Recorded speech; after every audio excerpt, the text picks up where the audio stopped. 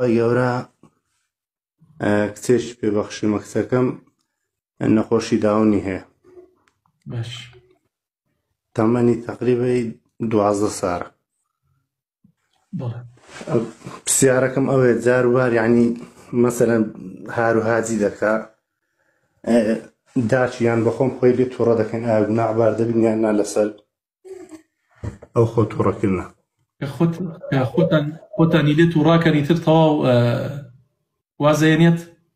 ناوەڵە زیاتر هاروهاجی دەکەن ئێستا حالیان وا ئەوان ناوەست مەسەلەن شتی فڕێ دەدا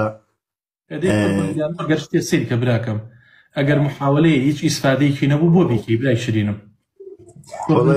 هەنگاویەکەنی بۆ برا شرینم کاتی هەنگاویەکەنی ئەبێ ئەم هەنگاوە ئامانجی هەبێت ئامانجەکە بپێکێ هەدەفەکە بپێکێ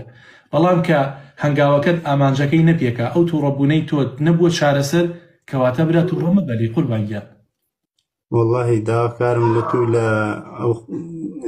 بەڕێزانەی لەو لایڤدانە دوعای خێرمان لەو بکەن یعنی قسە وەرناگرین مەسەڵەن چەندی پێی دەرم کچم ئەوهامەکە هەر ینی زیاتر دەکات